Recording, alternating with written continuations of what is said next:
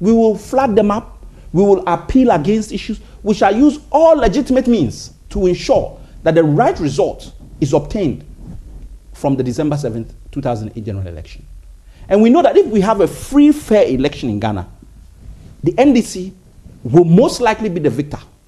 We have no doubt about that.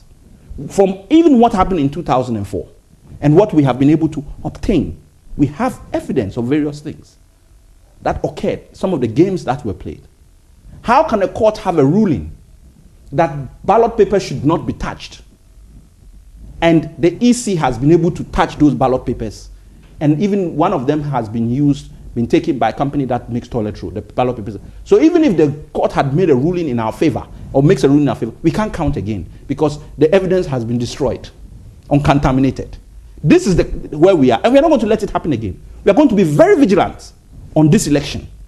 We will count each vote, and we shall make sure that we have our result, we have our paper. This is why I started by saying, Papa Aikins, we had ourselves to partially blame for what occurred.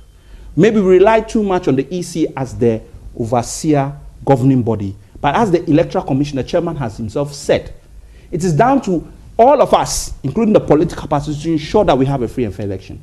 So we are taking him to his word. We are getting involved. So we will have a free and fair election? As far as we are concerned, yes. Thank you. And let me also make this statement.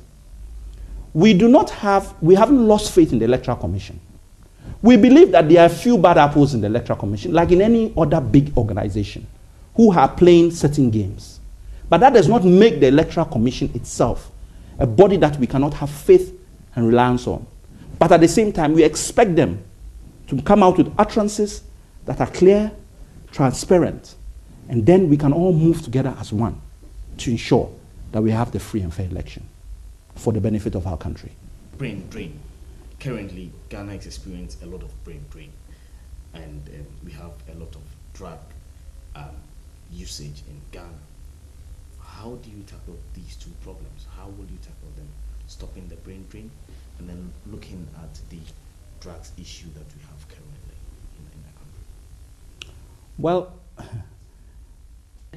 for me, the brain drain is one that once you begin to get the right infrastructure in place, you begin to negotiate terms with the people who have to go or not go, as the case may be, in the short term, because you're not going to just put a halt to it, but have a long-term program that will ensure that it ceases.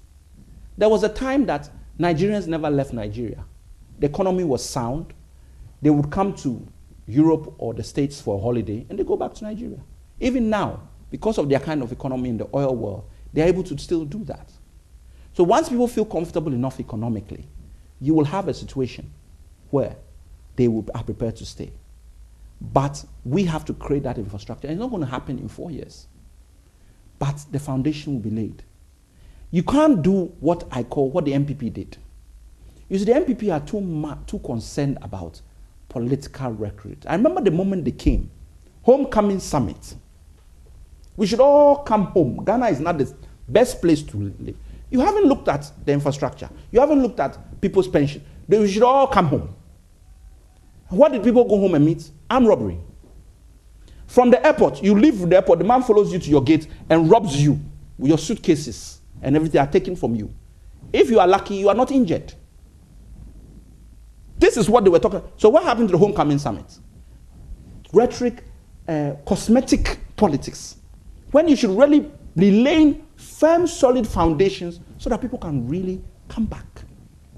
This is what we are talking about. We don't want to come homecoming summit. Have you forgotten? No. Yes, we had homecoming 2001. Everybody come home. Now people are running back because why? They say armed robbery, too much drugs. There are certain times you can't walk in certain parts with your mobile phone on. Oh yeah, try in Dansuma and see.